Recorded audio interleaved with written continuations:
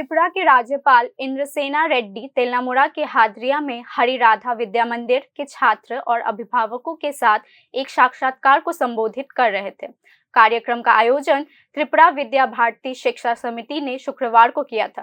त्रिपुरा के राज्यपाल इंद्रसेना रेड्डी इस अवसर पर मुख्य अतिथि थे। राज्यपाल के अलावा त्रिपुरा विधानसभा के मुख्य अध्यक्ष कल्याणी शाह रॉय, ख्वाई जिला के जिला मजिस्ट्रेट, डीएसपी और अन्य गणमान्य व्यक्ति इस अवसर पर उपस्थित थे। Particular institution, it is providing education with a blend of modern academics and traditional Indian values.